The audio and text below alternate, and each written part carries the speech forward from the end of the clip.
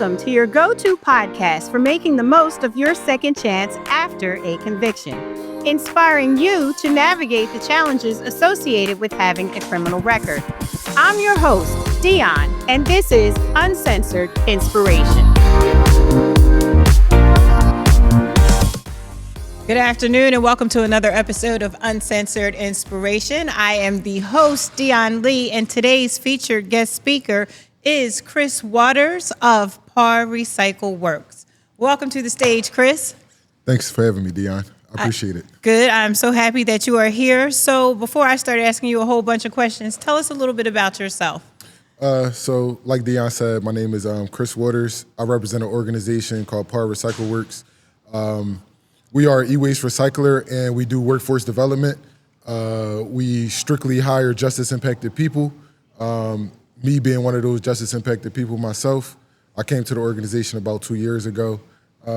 Outside of that, I want to say I'm a big sports person. I enjoy all things arts, fashion, music. I think that kind of sums it up for myself. We'll probably get into more. Okay, awesome. Nice introduction. So you said that you have been with Par Recycle Works for about 2 years, but your title is Business Development Manager. Correct. So how did you get there? So I had a weird journey to Par. Okay. So I went to college. When I was done with school, I got in some trouble.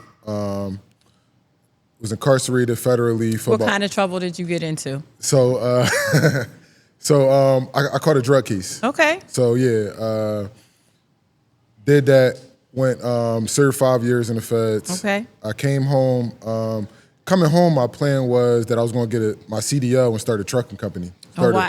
Why CDL? We just had a conversation with a young man, and he was saying how the OVR helps with reentry and job training. And I say a lot of our young men that come home, that's the first option they look at. So why was it truck?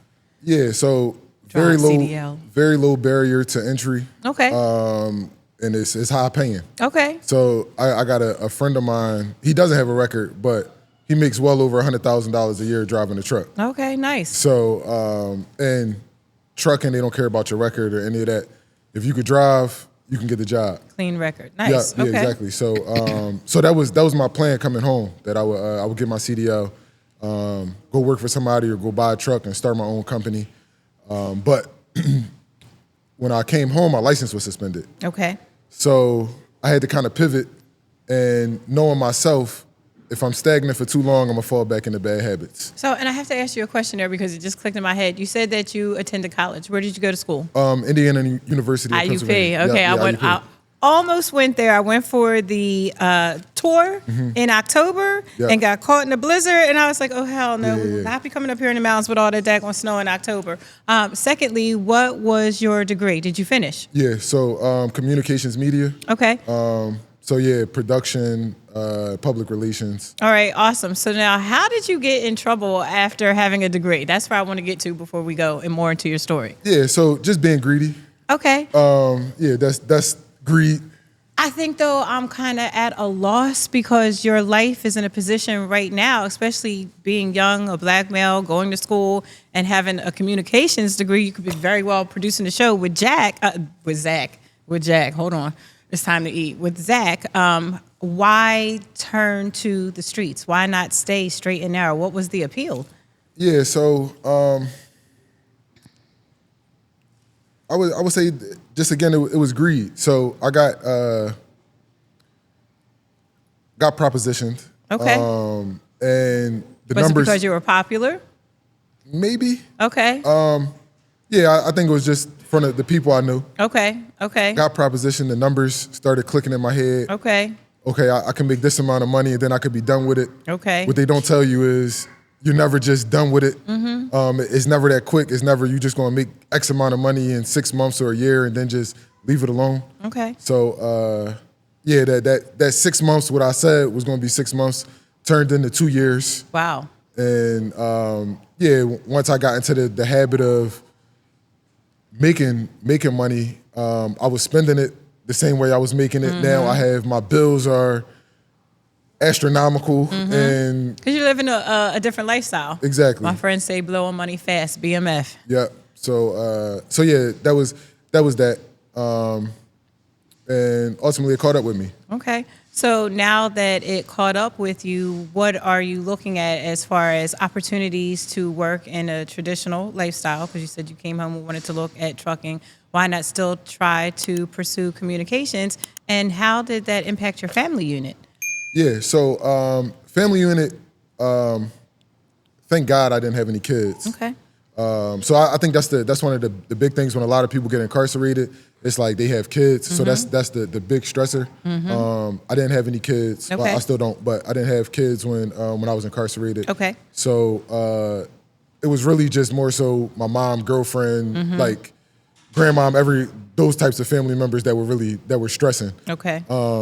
Let them know I'm gonna be all right. Like this gonna be fine. It's not just take care of yourself. It's not like y'all got to worry about taking care of any kids or anything like that. Okay. So I want to say that I know it shook them up because they didn't see it coming. Unexpected. Yeah, It doesn't seem that way now just talking to you. Yeah, it was definitely unexpected. So it, just the disappointment factor shook them up. But as far as them having to be stressed financially or anything like that about having to take care of something that I left behind, I don't think that it was anything like that. Was it worth it? No. Okay. No.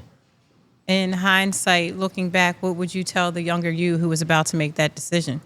That is not worth it. That's not worth it. It's not worth it at all. So even when I was getting ready to be released, so when you get into these situations, especially in the federal system, you will meet people that is somebody from Central America, from South America, from Mexico, that they're going to tell you, I can get you whatever for this number, and the number that you were paying in Philly is going to be tremendously lower. And so you're telling us right now, and I'm only saying we're going to walk it through us for those of us who ride the slow bus, is that while you're incarcerated, you're still meeting people who are still in the game, and they are now offering you opportunities because, hey, maybe they're saying, Chris is about to go home. You know, I know why you're here. We've had this bond in this space. I can help you when you get on the outside and continue the cycle. That's exactly right. Okay, that's insane, but okay. Yeah, that's exactly right. And especially it happens in the state system too, but especially in the federal system, it's people from all over. So you're going to meet people from everywhere. And a lot of those big drug traffickers, when they get caught, they're coming to the U.S. and they're going to be in the federal system. So you're going to brush shoulders with those people. Okay. And then especially if you didn't cooperate with law enforcement, now they're looking at you like, okay, we know he's not going to cooperate. He's I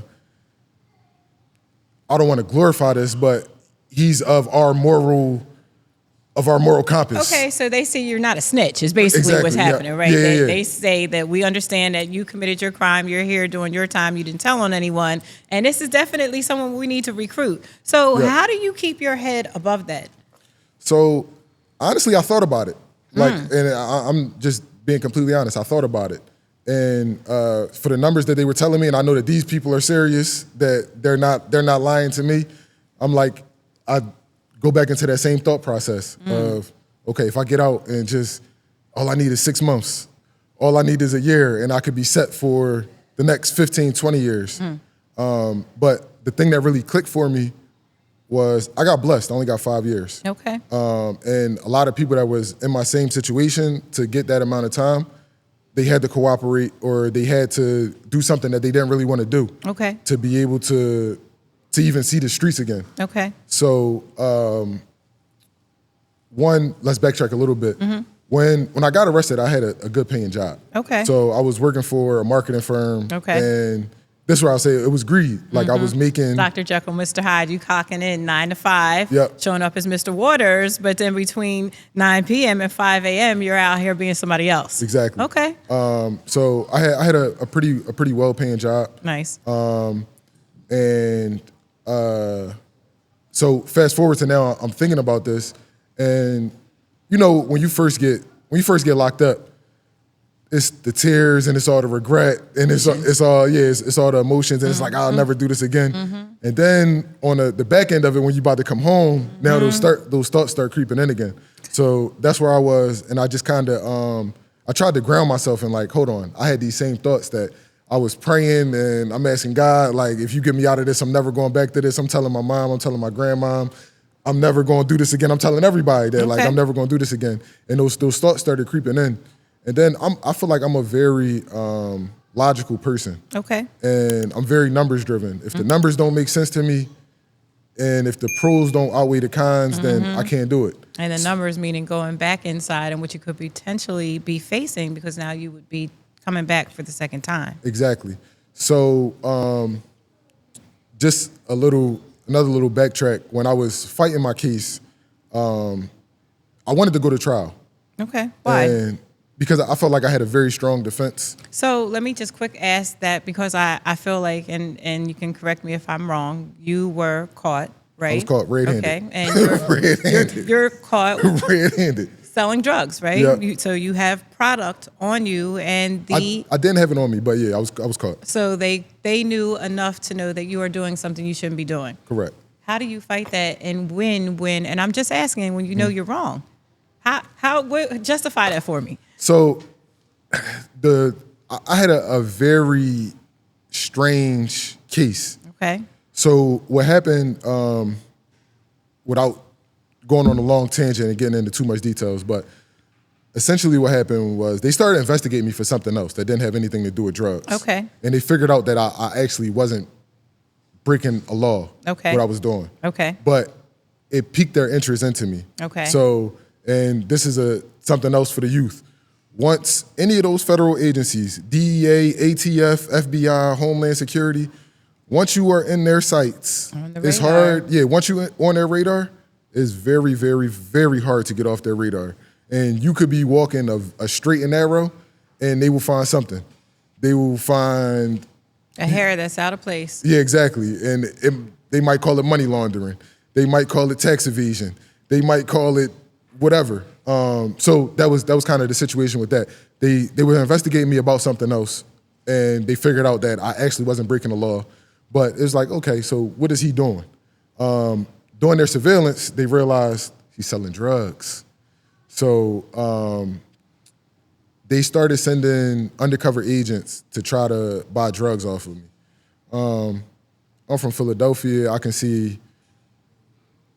Tell a narc. Yeah, I could tell the story, friend. Yeah, exactly. I could tell a narc from a mile away. Okay. I'm chilling I'm in a bar. I'm sitting at the bar. A random person walks up to me, asking me, "Do I have drugs?" I don't know you from a can of paint. No, I don't have any drugs. Like? No. You want some weed? I can point you in the direction of some weed. That's about it. Yeah. So they did that a few times. Now, I don't know that I'm under investigation at this time. I don't know that there's any type of investigation going on. I just know that you are somebody that I shouldn't be talking to. Okay. That it's a feeling. My antennas are a reason. Something is not right with you. My spidey vision has just been activated. Yeah. So they tried that a few times. Then eventually, during their surveillance, they figured out who I was selling drugs to. Okay. And they eventually arrested those people and told them, "We really want him. If y'all don't turn on him, then we're going to do this to you." Yeah, we're going to do this. We're going to do X, Y, Z to you. Mm-hmm. So eventually, those people end up turning, and when they end up turning, now they're doing controlled buys against me. Mm-hmm. So now they have those people wearing Your cameras. regular My regular customers wearing cameras and wires, and they're recording our interactions. So to answer your question, how I was planning on defending that is they did 24 controlled buys on me. Okay. Which is a crazy amount. You won't find a case law in the country where a person had 24 controlled buys. Okay. Normally after the first controlled buy, second controlled buy, maybe even a third, we know this person is selling drugs. Okay. So what really raised my attention to that is when I was trying to get bail. When I was trying to get bail, I was in front of the judge and the prosecutor has to show what evidence they have to say that the judge should keep you or that you may be guilty. Okay. So the prosecutor says, well, we have 24 controlled buys against Mr. Waters. blah, blah, blah. And the judge, this was the judge's words verbatim. The judge said, damn. 24, that's a lot. Yeah, the judge said, damn. He said, how many controlled buys did y'all need to know that he was selling drugs? Okay. And at this point, you're just letting him poison the community. So that raised a flag to me. So I started doing research. I started doing case law research on controlled buys and trying to figure out, is this normal? Is 24 controlled buys normal? And I couldn't find any cases where it was that many controlled buys on the case. So it's a thing called sentence manipulation and sentence entrapment. I was going to say, do you think they allowed you to go on that long with the hopes of giving you more time? And that's exactly what it was. Okay. So the federal system has certain statutes, and there's minimums and maximums to those statutes. Okay. So you sell X amount of drugs, you automatically get X amount of time. So they wanted me to cross that threshold. Okay. So, and they basically stopped right after I got to that 5-year threshold. Right after I sold enough drugs that they could at least give me 5 years. Okay. And then they were hoping that they could do some other things, give me some enhancements that maybe get that to 10 years or 15 years or something like that. So, and it was from their evidence, just using their evidence, it was pretty evident that that's what they were doing. Okay. So I found some case laws where people, they actually fought and won the case based off of that defense. Okay. So my lawyer, he told me, when I brought this to his attention, I'm like, hey, Jim, this is probably sentence entrapment. So sentence manipulation, sentence entrapment. So he was like, that's a very good defense. And he came to visit me, and we were sitting down, we were talking like this, and I said, I want to go to trial. So he was like, he was coming off a big win. And you know how lawyers work. When they get those big wins, now they can start charging more money. Of course. So he was like, I would love to take this to trial. Okay. So he was like, I would love to take this to trial. He said, I feel like we got a chance at winning. He said, I feel like we probably got a 60, 70% chance at winning that trial. Okay. So I said, let's go. Okay. So he said, it's one thing though. He said, you got to look me in my eyes and tell me that if we lose, you're going to be ready to take 15 years. Woo, friend. And I said, oh, wow. yeah, and I had that same side. Yeah, like I said 15 years. over 5. Yeah, so at the time, I don't know that they didn't offer me 5 Okay.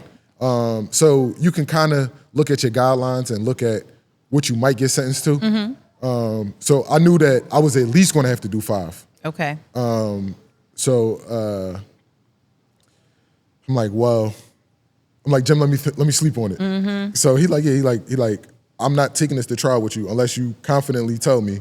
And I know in my heart that you will be okay with taking 15 years if we lose. He said, because they're at least going to give you 15 years. So I said, all right, I'll think about it. Okay. And probably about a month went by, and I said, nah, I can't do 15 years. I was 26 at the time. Okay. Yeah, and I said, I can't do 15 years. A lot of time. Yeah, 41, 15, coming home at 41, that's a big difference. What county did this happen in? This happened in Cambria County. Okay, so it's up at school. Yeah, so Okay. it was in that area. So it's a different environment there. And I'm speaking racially. They were more motivated to Definitely. have you, quote unquote, off the streets and make you look like a bad person. And I'm not glorifying the activity. I'm just simply saying when it comes to us, there are other ways, like you said, to allow you to sell 24 times so that we can make your sentence longer. Yeah, exactly. Okay. So in Philly or any of our surrounding counties, they're saying it wouldn't happen. No, It wouldn't happen. Maybe a year. Okay. Maybe 2. Yeah, maybe 2. Okay. But yeah, where I was at, it had a lot to do with it. Okay. It had a whole lot to do with it. Okay. So re-entering, just fast forward us, what opportunities, because I'm learning, again, from my last guest, that there are some opportunities that are available to help you get back into society. What opportunities did you have available to you? So there's a lot of opportunities. There's a lot of opportunities. I would say one, whether it's state or federal, pretty much the parole offices and the probation offices, they will almost pay for you to go to school. Okay. Especially trade school. If you want to get a CDL, they'll pay for it. Or with college, it depends. They might pay for like a semester or 2 semesters, and then they want you to use financial aid. Okay. But there are a lot of those type things, and then there's a lot of grassroots lot of grassroots programs that will help you too. Okay. Like PAR is one of them. Okay. Uplift Solutions is another. There's a ton of them. The list can go on and on. Okay. The issue is that a lot of us coming home, we don't know about these programs that are out there. That's what I said to my first guest, because you figure for the amount of people who are in the system and transitioning home, it would be more advantageous to have these things up front so they don't come back. But the goal is for you to come back. Yeah. So and again, talk to me a little bit more about PAR. How did you find PAR and then get to where you are? Yeah. So going back to the CDL thing. So that's where we were. So I said I was going to come home. I was going to get my CDL. My license was suspended. So I went back to school for a trade. So I went back to school to trade school for masonry. Okay. So I was like brick masons and concrete masons. Money. They make good money. So I went to trade school for that. In the midst of that, I was working at a warehouse, just working a warehouse job. And when I started school, this was a warehouse that operated around the clock. Okay. I wanted to switch my schedule because I went to school in the evening. So I wanted to work overnight. The warehouse, they wouldn't let me change my schedule to work overnight. So I ultimately was like, okay, I'm gonna choose school over this job and I'll figure it out in the meantime. One of the employment specialists, while I was in the halfway house, we built a pretty good relationship, and I told him I was looking for a job again. Okay. So maybe about a month or two went by, and he called me one day. He was like, hey, you got your license, right? So by now I had my license back, but I'm already in trade school, so I kind of left the CDL thing alone. Okay. And he was like, you got your license, right? So I'm like, yeah. So he's like, okay, I got a driving job for you. So I'm like, all right, cool. I'm like, well, I go to school from this time to this time. Can I work around it? So he was like, yeah, it'll be from 6 in the morning till 2 in the afternoon. I didn't go to school till 3 in the afternoon. Okay. So it worked perfectly. Perfect. Yeah, so I go to the interview. I'm just thinking it's a normal job interview. I don't know what PAR does at all. So I go into the interview just applying for this driver position. Going to the interview, they start telling me a little bit more about the organization. They ultimately give me the job. So I come in, I didn't even get hired as a driver. I got hired working in a warehouse again. Okay. So working in a warehouse at PAR, was maybe there 3 months. They promoted me to the warehouse supervisor. Okay. Then probably another 3 months after that, another position came open in the organization, our job development manager. Okay. And I think last time we talked, that's what I was doing. I was doing job development. Okay. So that position came open. I applied for that position. I got that position, and then was doing job development for maybe 6 months to a year. And then now I'm doing business development. Got promoted to business development. Well, congratulations. Thank you. So how long have you been with PAR now? A little over 2 years. Okay, awesome. What makes your approach to, wait, tell us what PAR does before I get into that question. Yeah, great. So we are e-waste recycler, and we're e-waste recycler, and we're a workforce development organization. So essentially what we do, organizations, corporations in the area, we go pick up their old e-waste. E-waste meaning laptops, computers, TVs, cameras, networking equipment, anything that you can think of with a plug. We go pick up those old things from different organizations when they upgrade, and then we bring them things back to our warehouse. We take them apart and we sell the components, the valuable components. So one of the things that a lot of people don't know is that all of our electronics, they have a lot of different precious metals in them. So silver, gold, palladium, aluminum, copper, steel. So we take out all of those things and then we sell those things to downstream vendors, and that's how we make our money. That's what we do on the business side. On the other side, on the programmatic side, we are a workforce development program that strictly hires justice impacted people. So people that are coming home from prison, we give them jobs, and they come work for us for 16 weeks. And then during that 16 weeks, they get a bunch of different trainings. We give them mock interview and job readiness trainings, resume writing, OSHA 10 certification. We give them forklift certification. They get truck driving experience if they're one of our drivers, customer service experience. And then at the end of that 16 weeks, we place them with one of our employment partners. Awesome. So in a nutshell, that's what we do. Okay, and during the 16 weeks, are they paid? Yeah, it is. It's paid. Awesome. So how would someone get in contact with you? Yeah, so you can either reach out to us via our website, par-recycleworks.org, or you can reach out to us on Instagram. It's PAR Recycle Works. That's PAR Recycle Works. Instagram and those are the two ways. Okay. So this question you kind of answered, but we'll talk about it a little bit more. What makes your approach to recycling and workforce development unique? Yeah, so one, I think I'll start with recycling. So my approach to recycling is that, one, our demographic doesn't recycle a lot. Okay. So especially in the inner city and in the urban communities. We put it all in one bag. Exactly. Okay. So we say, well, the trash man will come get this. Mm-hmm. I don't see the benefits in recycling. Okay. So I think it's unique because I'm from that demographic. So if I'm pushing that agenda forward, it's like, and I'm letting people know what the pros are of recycling and what the cons are to not recycling, people kind of have some awareness, and it's not coming from somebody that's outside of their community. Okay. So yeah, I think that's why my approach is unique with the recycling. With the workforce development, my old director of operations, he just retired at the end of last year, but I don't want to say I was a DEI hire, but he hired me because he said that he felt like he wasn't justice impacted. Okay. So he said he felt like him saying the same thing that I would say to one of our participants, it landed different because Absolutely. I came from where they came from. You have that experience. Yeah, so and I think that's why my approach to workforce development is unique, because when I'm talking to people, I know what you're going through. I know what it's like to deal with your probation officer. I know what it's like to have been in a halfway house. I know what it's like to need more money. I know what that full gamut is like. I know what it's like to come home and things are completely different. So offering my insight from that perspective is different from someone that's just telling you, hey, you should do X, Y, and Z. And while they might be right, that person could very well be right.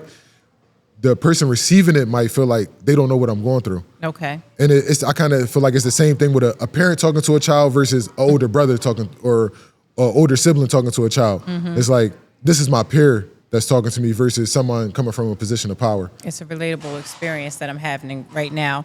I'm sorry. How has your personal or professional background influenced your passion for social impact and second chances? Yeah, so I shared some of my background. I never thought that I would be doing this. Okay. I never thought that I would be working for a nonprofit. Okay.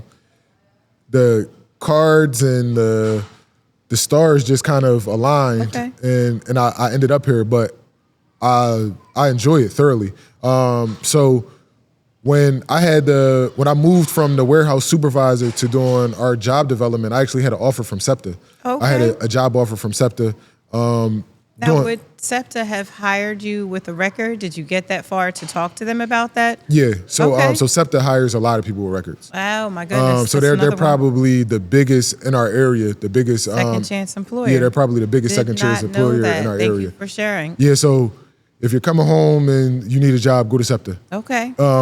After you come see Chris at PAR. Yeah. So that's one of our. They're not official partner of ours. Okay. But we work Hopefully with. You're working towards that. Yeah, we're working with. We work with Okay. SEPTA a lot, and we send a lot of people to SEPTA. That is amazing. Yeah. Okay. So I think what kind of fuels my inspiration for doing this kind of work is just the same thing. It's just being going down that path before. So like I was saying, I had a job offer with SEPTA, and I also had the offer from PAR. Okay. I went through the interview and they gave me the official offer, but I already had the offer from SEPTA Okay. when I was going through. That's a big gamble. Okay. Yeah. So I was weighing my options, and I'm looking at it like SEPTA was a very competitive offer because their benefits package is wonderful. Okay. But I would ultimately be doing a job that didn't really bring me a lot of fulfillment. It wasn't relevant to your life and your experiences at that time either. Exactly. So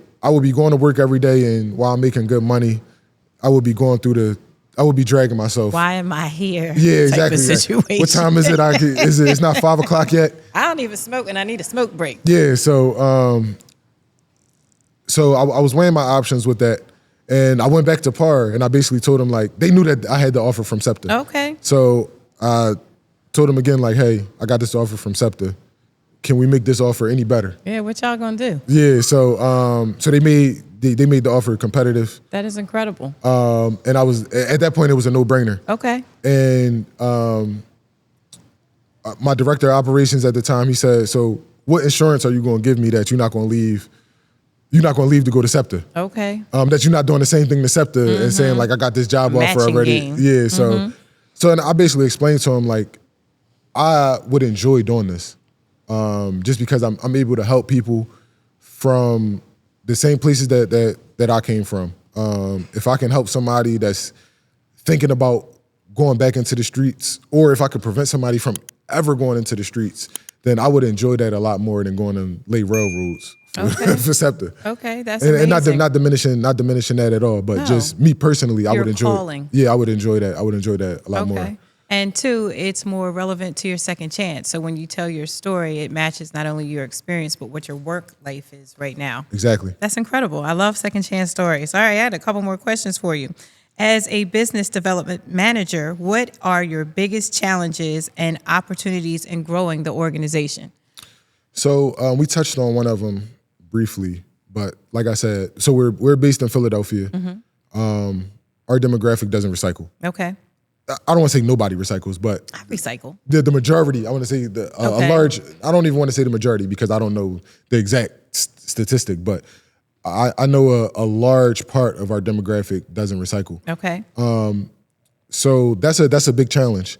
When we do events and pickups and all of those things outside of Philadelphia, whether it's Montgomery County, Bucks County, Delaware County, Chester County, they're coming out. Yeah, they're coming out. Is very big turnouts. Okay. We have a lot more business pickups. Okay. On the outside of Philadelphia, so that's one of the main struggles and one of the main challenges to trying to grow the business is just trying to get more exposure and more people to understand why it's important for them to recycle in Philadelphia.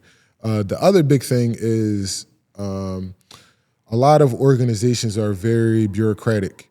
So I might be talking to the IT person or whoever is the head of, whoever handles all of their electronics, and they're telling me like, yeah, we have 2 rooms full of computers that are old and outdated. But that we don't want to give them to you. Yeah, but he's telling me that we need to get rid of them. And I'm like, okay, well, we'll come pick them up. And he's like, well, I got to check with this person and I have to check with the whoever is the higher up to get an official decision.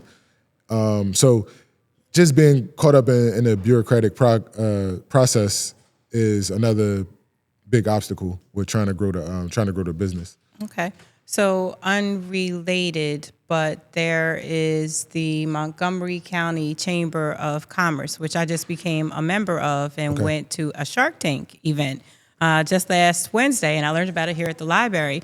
Are you affiliated with any programs like that that could actually help grow your organization? Yeah, so we're affiliated with some. I can't remember the exact organization in Montgomery County. Okay. But Green Conchi was one of, and of course in Conshohocken, their office, I want to say Office of Sustainability. Okay. We just partnered with them, but we're partnering with a lot of offices like that. Okay. Office of Sustainability in Philly, and just a ton of different offices like that to try to help grow the organization. Okay, make sure you check out the Chamber of Commerce here in Norristown, and they have one in Montgomery County too. Great. You would have been a great Shark Tank pitch, and I mean that sincerely. Just trying to help your business grow. I do have 2 more questions for you. What are your hopes for the future of Par Recycle Works, both in business and social? Yeah, so my hopes. So we just bought a new building. Oh, congratulations. Thank you. Yeah, we actually closed on Thursday. We closed on the building on Thursday. Nice. Got the keys on Friday. Okay, is it in Philadelphia? Yeah, it's in Philadelphia. Okay. A little bit further. Okay. But so our current warehouse where we are right now is very small. Probably about 4,000 square feet. So we almost quadrupled the size with our new warehouse. Nice. And we have like a lot more office space. Right now we're all sharing. It's 5 of us. Yeah, we're sharing like one room. It's 4 desks in a room. So now everybody has their own office. So it'll make operations. It'll make operations a lot better. I would like to see us grow even more. I want to go into more cities because the way our justice system is in the country, there's people being released from prison every day. So I think that this concept, the concept of PAR, is able to be replicated in cities all across the country. Okay. Everywhere has people coming home, and everywhere has electronic waste. Okay. So yeah, I would love to see PAR replicated in more markets. Okay. So who is the head of PAR? So right now, our executive director is Barry Johnson. Okay. So he came on board in June, I think.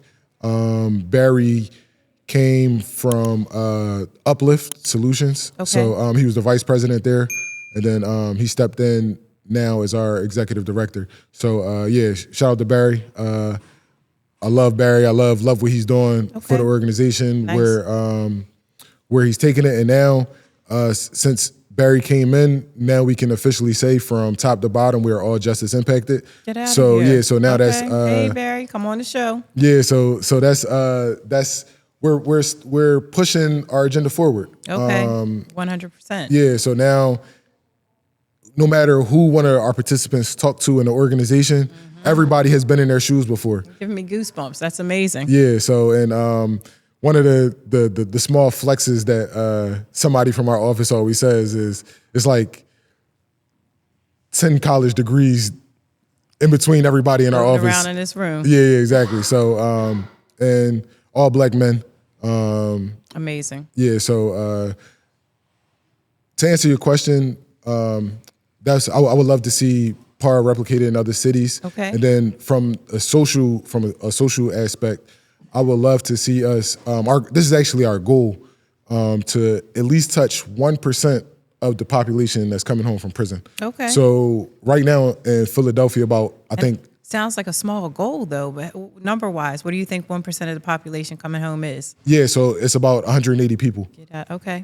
Per year. So we want to touch that per year, 180 people per year. And you're saying coming out of, is it Philadelphia? You Yeah. picking a specific county? So yeah, if we, what I was going to say was right now Philadelphia coming home is about 18,000 people per year. Okay. That's a big number.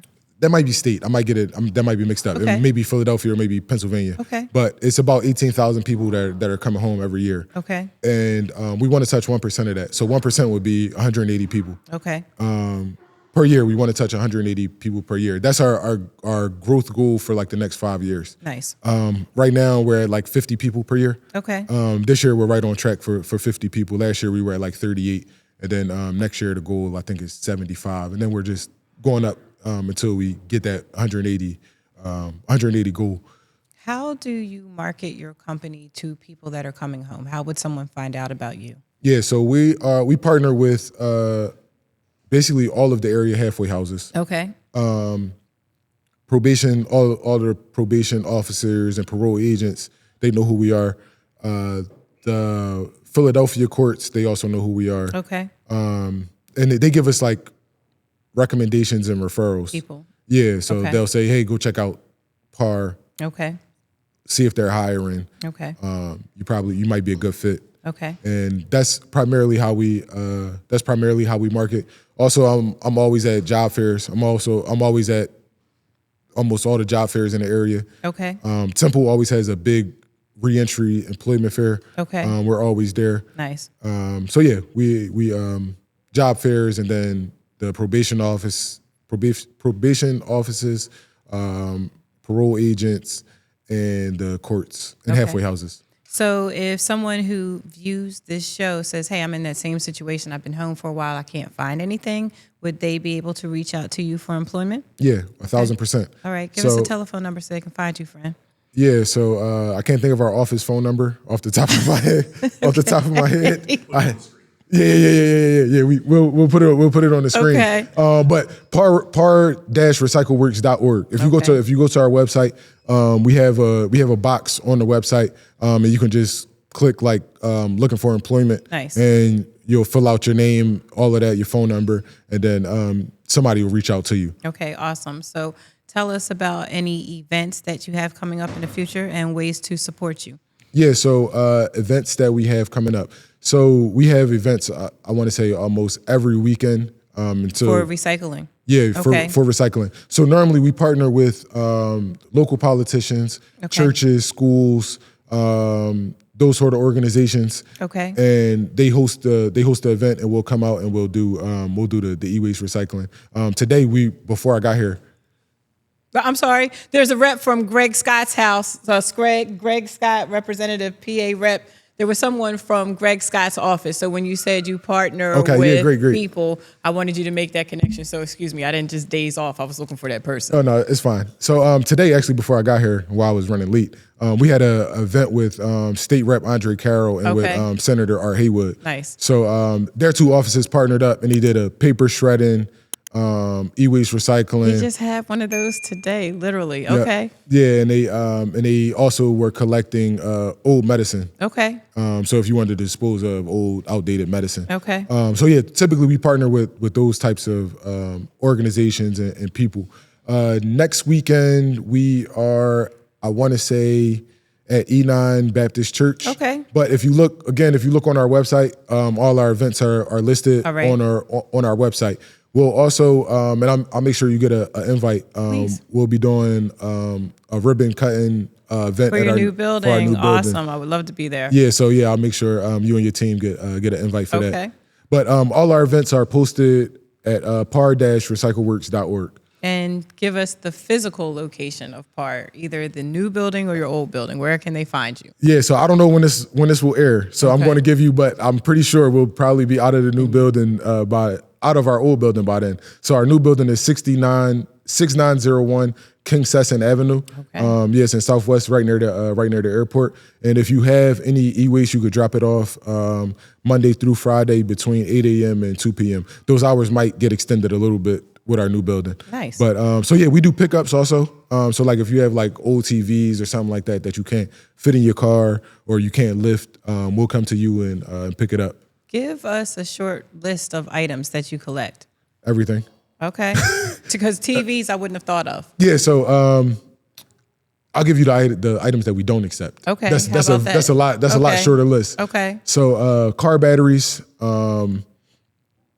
anything that's leaking liquid. So if you have a refrigerator that's actually leaking liquid, we can't accept that. Any medical equipment that's leaking, we do accept medical equipment, but if it's leaking any type of liquid, we can't accept it. And hoverboards actually just got added to that because we had a fire at our old warehouse. Blew up. Yeah, from a hoverboard. Mm-hmm. Yeah. Okay. So and batteries, depending on what kind of battery it is, we may or may not accept it. But that list is also on our website. Okay. But we pretty much accept anything. So anything with a plug. Okay, and you said that. So I'm just thinking outside the box for those of us who may ride that slow bus. So things like microwaves, you mentioned refrigerators, washers, dryers, computers. Okay, that's a hefty list. So I want to make sure people know what you're looking for. So if they have it, they can get it to you. Yep. Yeah, and those things. So it's like I don't like people to think of it as charity. Mm-hmm. So this is a reciprocal relationship. Mm-hmm.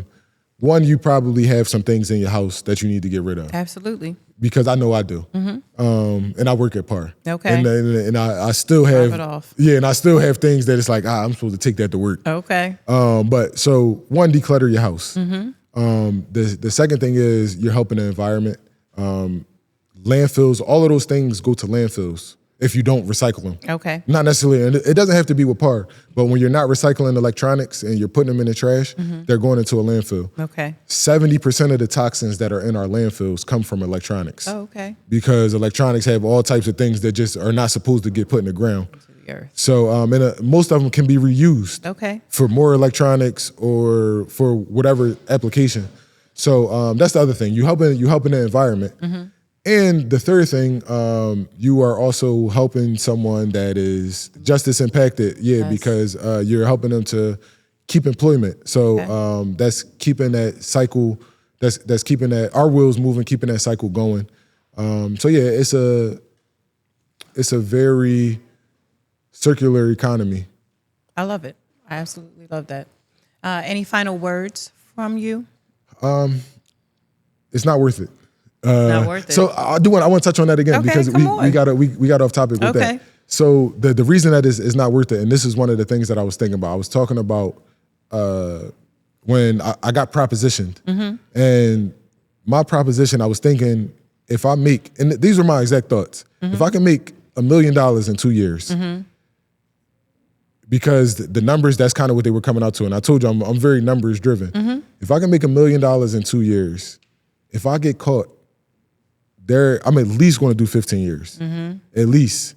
So, and in my mind, I just was thinking like, can I make $1 million legally in the next 50, because now it's going to be 15 years. Okay. It's going to be over 15 years. So now I'm thinking, can I make $1 million legally in 15 years? And I'm like, I like my chances making $1 million legally in 15 years. Okay. And when you break down $1 million, and most people don't save that amount of money, just being straightforward.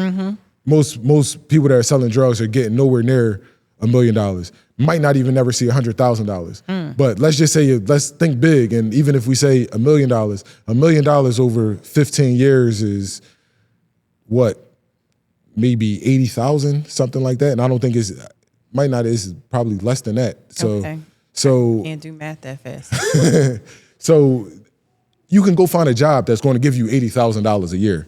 And you don't have to look over your shoulder. You don't have to worry about somebody coming to rob you, somebody coming to lock you up. And if you making even $60,000, $70,000, you can go get the house that you want. You can go drive the car that you want. Now you might not be able to go get a Ferrari, but you can go get a nice car, and you can dress well. All the things that are appealing to somebody that's young and in that lifestyle. Yeah, that's in that lifestyle. You can go do all of those things within your means for the same amount of money that you was about to risk your life for and give up 15, 20 years of your life for. So that when you really look at the math, it doesn't equal out. And most people aren't going to get to that level to even see that amount of money to where they're making an amount of money to where it might make sense.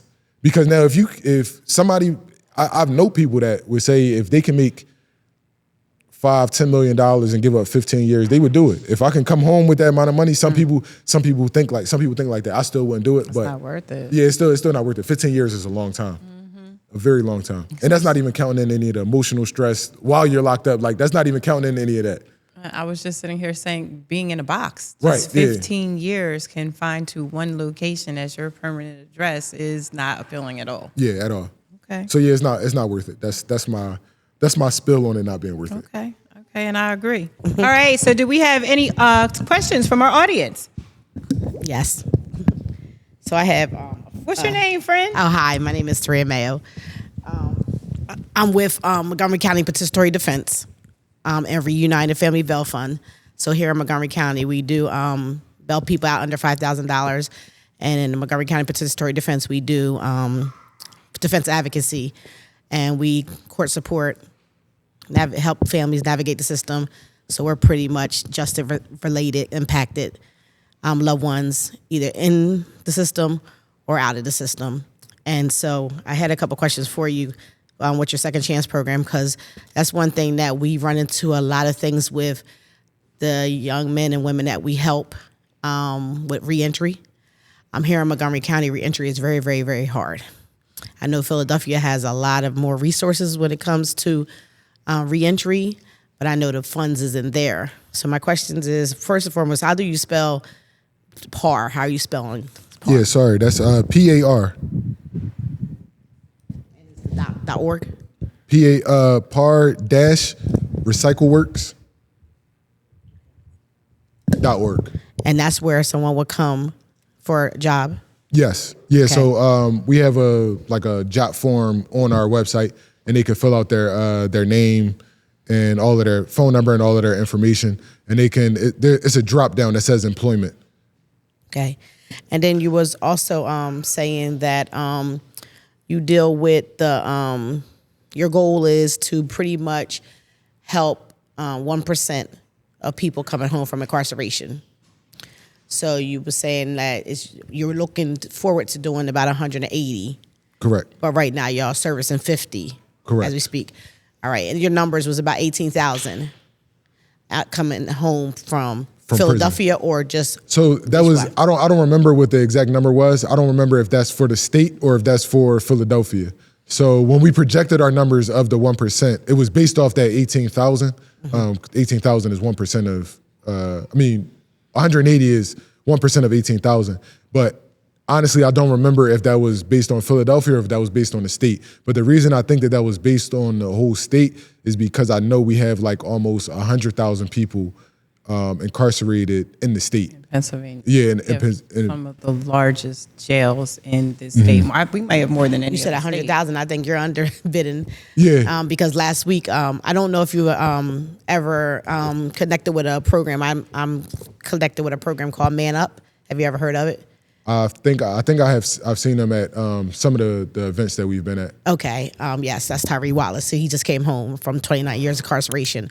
So last week when I went to his program, he said that in Philadelphia alone is 400,000 people that's incarcerated right now in Philadelphia jails between the state prisons and the federal prison together. That is nationwide right now as far as number-wise. I don't know. I don't want to get into a debate about. I don't want to get into a debate about numbers. So. I think 400,000. I think that number is a little bit high, just because I'm thinking about what the populations are at all of the county jails, and 400,000. That seems like way too much, because our biggest jail in Philly has like 5,000 people. I know that number to be true, yeah. but let's just say if we have like 4 different county jails just in Philadelphia, and just even if we say all of those have 5,000 people, that's only 20,000, and then the federal, So I'm going to try to find out the data on that. But that might be Pennsylvania. That might be Pennsylvania's Pennsylvania. number. That's what probably Pennsylvania. And the biggest question I have for you was because I run into the same question with guys that I deal with that come home from incarceration, when you was saying about the numbers. Of course, I deal with a lot of guys that went to jail for PWID, quid. And they basically went in as drug dealers, came home as civilians. And the biggest question that I do get is the numbers of, because I get a lot of guys that come home with over $300,000 worth of restitution. So they're not getting that drug money anymore. They got to come and get a 9 to 5. And it's a little hard.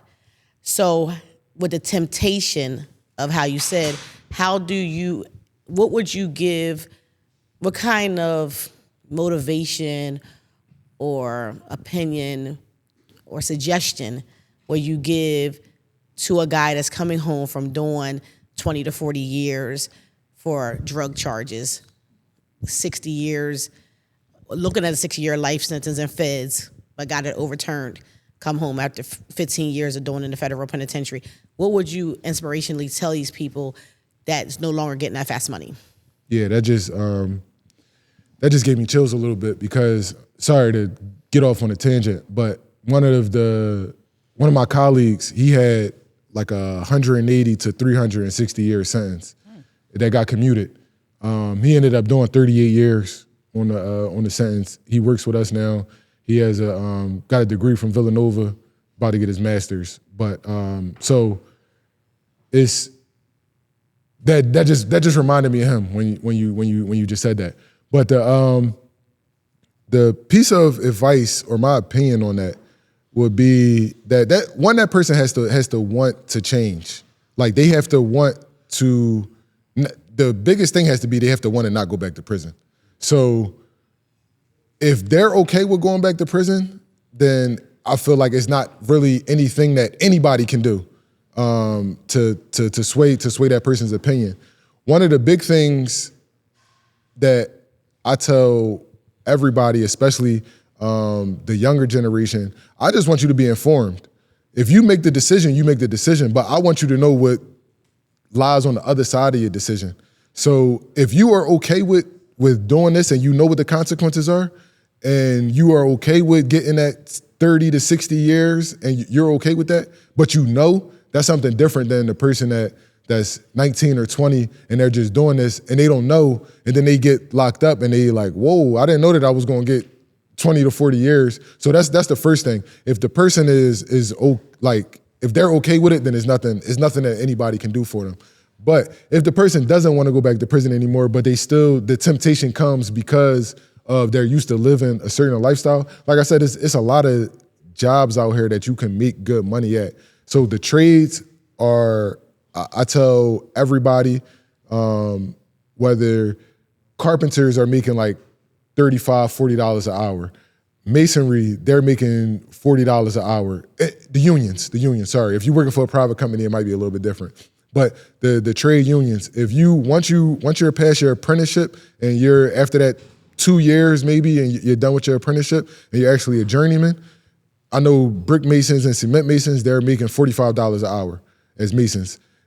CDL, truck drivers, like I said, a good friend of mine, he's a new CDL driver and I saw his W-2, it was for $128,000. So it's careers out here that if you're willing to put the work in and sacrifice some of your time, we just sacrificed 5, 10, 15, 20 years. You can't sacrifice another year to go and get the certification or go get whatever you need to be able to now make good money, to now make $90,000 a year, $100,000 a year. So I would try to get those people into the trades or looking at some of those high-paying careers where you don't need a college degree, where you just have to 6 months. Honestly, that's all it takes. Is normally 6 months to a year of doing some sort of schooling. And with a lot of the unions, you don't have to do any schooling. You don't have to do anything at all. You just have to pass a math test.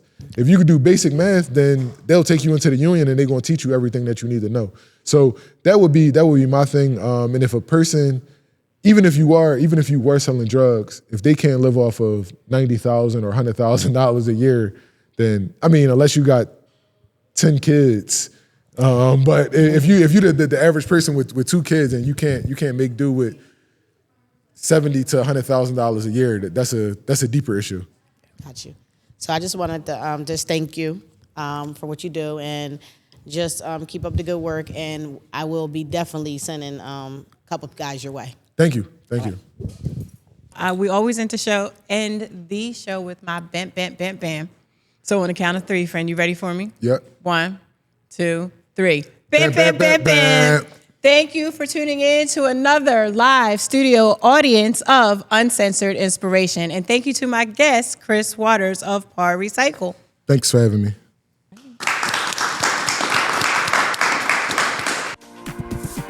Thank you for tuning in to another episode of Uncensored Inspiration. Please remember to like, share, follow, and subscribe. All the things that help us to serve the community to speak freely and think boldly. Ciao for now.